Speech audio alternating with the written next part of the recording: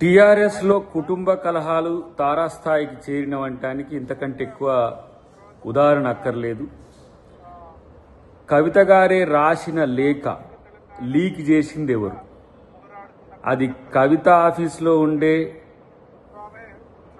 ఎవరి కోవట్లు లీక్ చేసిండ్రు, లేదంటే కేసీఆర్ ఆఫీస్ నుంచైనా రిలీజ్ కావాలి. అది ఫామ్ హౌస్ నుంచి కానీ లేకపోతే ఇతరత్ర ఎక్కడి నుంచి అయినా సరే. మరి కేసీఆర్ ఆఫీస్ నుంచి లీక్ చేసింది ఎవరు? కేటీఆర్ వైపు కేసీఆర్ మొగ్గు చూపుతున్నందుకు కేటీఆర్ మనసులే ఆ విధంగా చేసిండ్రా, లేదంటే కేసీఆర్ ఆఫీస్లో ఉన్న వాళ్ళతో చేయించిండా, లేదంటే కవిత ఆఫీస్లో ఉండే కేటీఆర్కి సంబంధించిన వాళ్ళు లీక్ చేసిందా అనేది వాళ్ళే చెప్పాల్సిన అవసరం ఉంది. కాబట్టి ఇలా వాళ్ళ మధ్యన ఉన్న ఏవైతే అనైక్యత ఉందో వాళ్ళు సరిచూసుకోలేక కాంగ్రెస్ మీద ఆరోపణలు చేసిన, కాంగ్రెస్ ప్రభుత్వం ఏదో చేసిందని చెప్పినది ఏదైతే ఉందో అది ఉత్తదని తేలిపోయింది.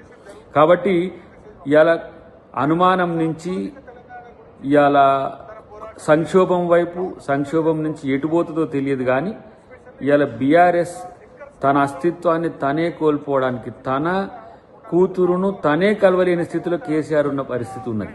కేసీఆర్ ఈరోజు సభకు రాకపోవడము, ప్రజల్లోకి రాకపోవడము, క్రియాశీలక రాజకీయాల్లో ఉండకపోవడం అనేది ఒక చర్చ అయితే, తన సొంత కూతురు ఈరోజు ఒక లేఖ రాయాల్సిన స్థితి, సొంత కూతురు తండ్రిని కనవలేని స్థితి ఉన్నది.